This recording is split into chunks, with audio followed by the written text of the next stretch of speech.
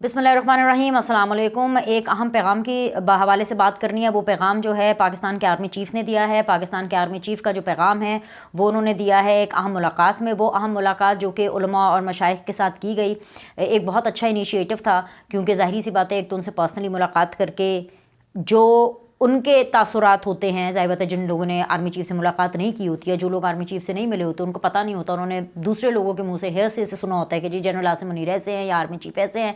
तो ये एक बड़ा अच्छा इनिशिएटिव था। एक तो पर्सनली एक मुलाकात हो गई, प्लस ये मुलाकात GHQ के अंदर हुई है। ये मुलाकात जो है ये आर्मी चीफ़ साहब ने ख़ुद इस तमाम डेलीगेशन को बुलाया था, और इसका मकसद जो था वो यही था कि पाकिस्तान के अंदर जो इंतहा पसंदी है, जो शिद्दत पसंदी है, उसके हवाले से एक स्ट्रिक्ट मैसेज जाए कि भाई सब रियासत के साथ खड़े हैं, सब फौज के साथ खड़े हैं, कोई भी ऐसे स्टेट्स के साथ नहीं खड़ा है जो कि इंतहा पसंदी करते हैं, जो दहशतगर्दी करते हैं, जो एक्सट्रीमिज़म है। ठीक है, और मेरे ख्याल से कि दिस वाज हाई टाइम कि ये मैसेज भी आर्मी चीफ साहब की तरफ से जाता, और बिल्कुल इसकी टाइमिंग भी बिल्कुल ठीक है। जस्ट राइट बिफोर कि जब 8 फरवरी को इलेक्शंस की अनाउंसमेंट हुई है, और ऐसे में तमाम पॉलिटिकल पार्टीज़ ने बाहर आकर के कैंपेनिंग करनी है, लोगों ने बाहर आकर के वोट डालना है, अपने हल्कों के अंदर टाइम गुजारना है। पाकिस्तान के अंदर जो मईशत का पहिया है वो आगे चलना है, और मईशत के पहिए को आगे चलाने के लिए पैसा तभी आएगा जब मुल्क में अमन आएगा, और मुल्क में अमन तभी होगा, एवरीथिंग इज इंटरलिंक्ड ना, मुल्क में अमन तभी होगा जब मुल्क के अंदर एक सिक्योर माहौल प्रोवाइड किया जाएगा। तो आर्मी चीफ का जो खड़ाक है ना, जो इस दफा डंडा उन्होंने हाथ में पकड़ा कि भाई डंडा सब पर चलना है, सब पर चलना है, ज़ख़ीरा अंदोज़ों पर भी चलना है, और चोरों लुटेरों पर भी चलना है, और उन लोगों पर भी चलना है जो दहशत का एलिमेंट फैलाते हैं, दहशतगर्दी फैलाते हैं, जो कि इंतहा पसंदी फैलाते हैं। तो लिहाजा जितने भी उलमा और मशाइख थे जो वहाँ पर मौजूद थे, वो सब आर्मी चीफ के साथ है, मतलब कि वो रियासत के साथ है, मतलब कि वो फ़ौज के साथ है। फ़ौज किसकी? फ़ौज पाकिस्तान की। तो भाई जो इनके खिलाफ जाएगा तो फिर उनको सीधा आर्मी चीफ का डंडा ही पड़ेगा। सीधा सीधा मैसेज ये था, दो टोक, और वेरी गुड, वेल डन, बड़ा अच्छा मैसेज था, ये मैसेज बड़ा ज़बरदस्त था। लेकिन ना पाकिस्तान के अंदर कुछ ऐसे लोग हैं जिनसे अच्छाई हजम नहीं होती। वो सिर्फ ये चाहते हैं कि जी सिर्फ उन्हीं का तूती बोले, सिर्फ उन्हीं के बारे में अच्छी बात करे। वो कौन हो सकते हैं? ज़ाहिर बात है बूझने वाले को क्या मैं इनाम दूंगी, क्योंकि ज़ाहिर बात है आप सबने बूझ लिया होगा, वो इमरान खान है। वो पाकिस्तान तहरीक इंसाफ के वो यूथिया ब्रिगेड है जिनको सही और गलत की तमीज़ नहीं है। ये वो लोग हैं जो कि एक दफ़ा फिर से army chief general Asim Munir साहब के हाथ धोकर पीछे पड़ गए हैं, और इस दफ़ा हाथ धोकर इसलिए पीछे पड़े हैं क्योंकि ज़ाहिर सी बात है जो मुलाकात हुई, जो मीटिंग हुई, जो बेसिकली एक एक्सचेंज ऑफ थाट्स हुआ, उसकी तस्वीर निकाल करके तमाम सोशल मीडिया के अकाउंट्स, चाहे वो PTI के सलमान अहमद और जितने भी आप ये देखेंगे जो भी प्रोपेगेंडा हो रहे हैं ना, यूथियस के अकाउंट से किया जा रहा है, और ये कह रहे हैं कि देखें जी GHQ के अंदर भी आर्मी चीफ को भी जो है वो एक बुलेट प्रूफ स्क्रीन की ज़रूरत है। भाई ये बुलेट प्रूफ स्क्रीन नहीं है। खैर सबसे पहले तो मैं ये समझती हूँ कि मुझे नहीं पता बाय द टाइम भी मैं वीडियो बना रही हूँ कि इस हवाले से ISPR की तरफ से कोई तरदीद आई है या इस बयान का कोई रिबटल आया है। चलें ठीक है, कहना भी नहीं चाहिए, लेकिन मैं कभी कभी समझती हूँ कि इस तरह की बातों को उनको एक एड्रेस कर देना चाहिए कि भाई ये, क्योंकि GHQ हर एक ने तो जाके देखा नहीं है, हर नॉर्मल इंसान को यहाँ तक एक्सेस नहीं है। तो इस हवाले से जो PTI का जो प्रोपेगेंडा है, जो कि जनरल आसिम मुनीर साहब को टारगेट कर रहा है कि देखें जी मुल्क का आर्मी चीफ है, इतनी सेफ जगह पर होकर के भी ये बुलेट प्रूफ के थ्रू जो है वो लोगों से गुफ्तगू करे, सरासर झूठ है। सबसे पहले तो मैं आपको बता दूँ बुलेट प्रूफ नहीं है, नंबर 1, और ये मैंने बहुत क्लोजली चेक भी किया है, तस्वीर को भी जूम आउट जूम इन करके देखा है, प्लस मैंने मुख्तलिफ हल्कों से चेक किया है, और मैंने उस क्वार्टर से भी चेक किया है जिस क्वार्टर का डायरेक्टली ताल्लुक GHQ के साथ है। तो ये बिल्कुल भी कोई बुलेट प्रूफ नहीं है।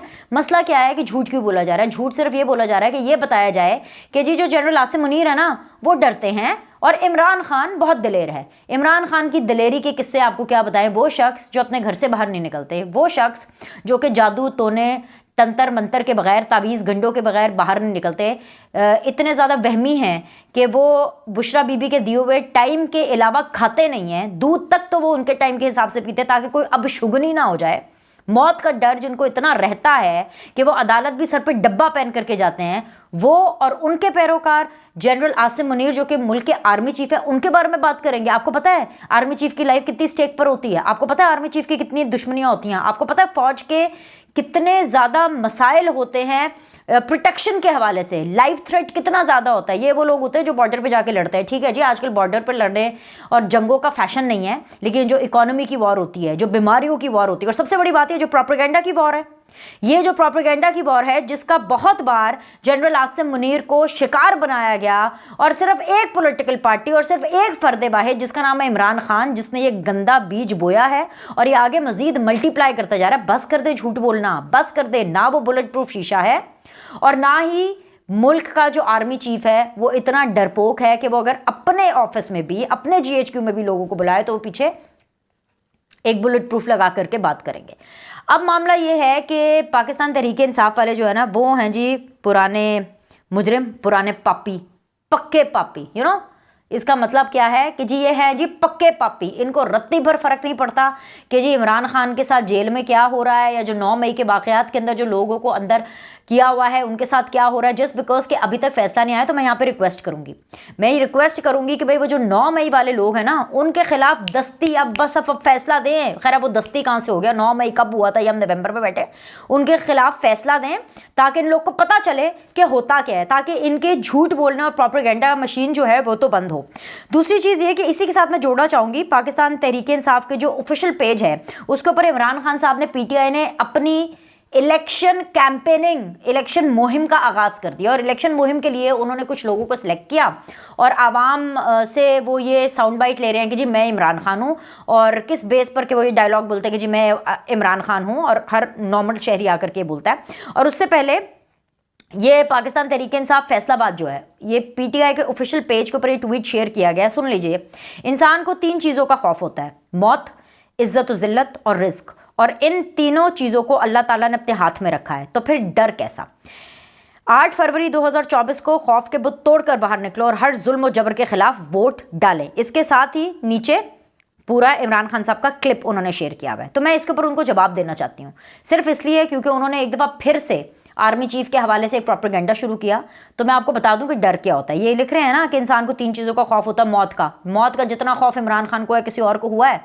किसी और को इतना खौफ नहीं है जितना इमरान खान को मौत का खौफ है। और वो इसकी सबसे बड़ी मिसाल ये है, अदालतें नहीं जाते, घर से बाहर नहीं निकलते थे, अब तो जेल से बाहर नहीं निकल रहे। उनकी पूरी जो टीमें हैं, लीगल टीम, उनको ये कहते हैं कि नहीं नहीं जी मैं बाहर नहीं निकल सकता, मेरी जान को खतरा है। तो जितना ज़्यादा मौत का डर इमरान खान को है वो किसी को नहीं है, लेकिन दूसरों को प्रचार कर रहे हैं।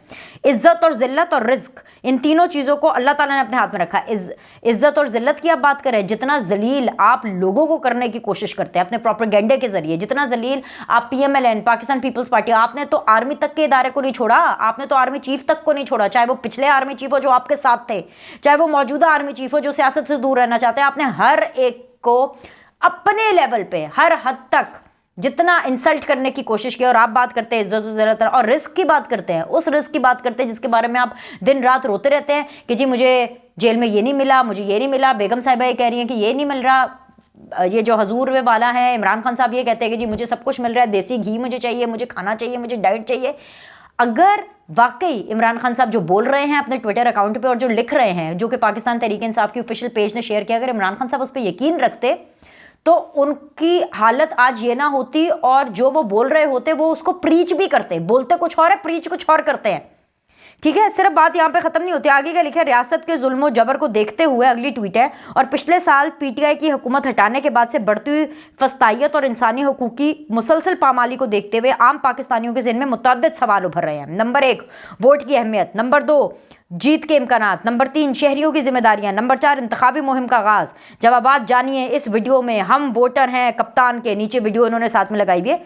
क्या वोट की अहमियत की आप लोग बात करेंगे जो खुद RTS बैठने के बाद हुकूमत में आए, मांगे तांगे कि जिनको हुकूमत मिली, तरले मिनतों की हुकूमत मिली, वो वोट की अहमियत की बात करेंगे?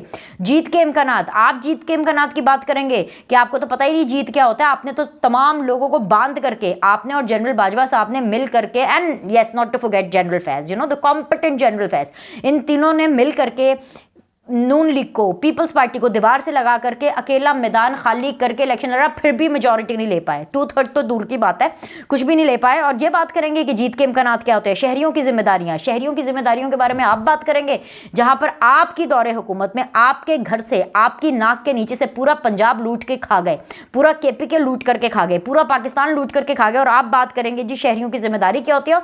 और इंतखाबी मुहिम के आगाज़ इंतखाबी मुहिम के आगाज़ के बारे में आप बात करेंगे, जिनकी इंतखाबी मुहिम ही इंतशार पर बेस करती हो, नफ़रत की सियासत पर बेस करती हो, वो बात करते हैं जी इंतखाबी मुहिम की। सिर्फ यही नहीं, एक और चीज़ मुझे पता, मैं तो पूरी टाइमलाइन के ऊपर पीटीआई की जो ऑफिशियल है उसके ऊपर इनकी पूरी अच्छी खासी इनकी बैंड बजा सकती हूँ, उनको आईना दिखा सकती हूँ। मतलब मेरा तो मीटर सटक गया ना कि ये तो आदि मुजरिम हैं, ये पक्के पापी हैं, पुराने पापी हैं, ये सुधरने का नाम ही नहीं ले रहे हैं भाई। अब जनरल बाजवा नहीं है, अब जनरल फैज़ भी नहीं है, अभी तो खुदा का वास्ता आर्मी चीफ को छोड़ दें, अब तो आगे बढ़ने दें मुल्क को। इतना लूट लिया, इतना कमा लिया, इतना खा लिया, सब कुछ कर लिया, अभी तक आप लोग का दिल नहीं भरा है झूठ बोलने से। उसके बाद क्या कहते हैं, ए अल्लाह तेरी इबादत करता हूँ, तुझसे ही मदद मांगता हूँ।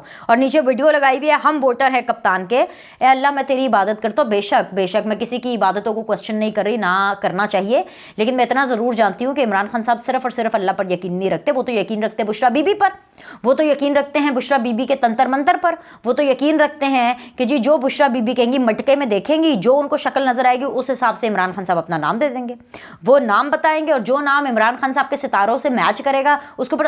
तो कब इन्होंने पूरी तरह से ऊपर वाले पर भरोसा किया? This is equally a big question. जितने बड़े सवाल पाकिस्तान तहरीक इंसाफ का जो ऑफिशियल पेज अपने ट्विटर पे पूछ रहा है, मैं सिर्फ आपसे ये कहूंगी, देखिए, सोचिए और जानिए, और उसके बाद आप फैसला कीजिए कि भाई ये पाकिस्तान तहरीक इंसाफ, इमरान खान और इस यूथिया ब्रिगेड का क्या करना है। लाइक करें, सब्सक्राइब करें, आपसे अगली वीडियो में मिलते हैं।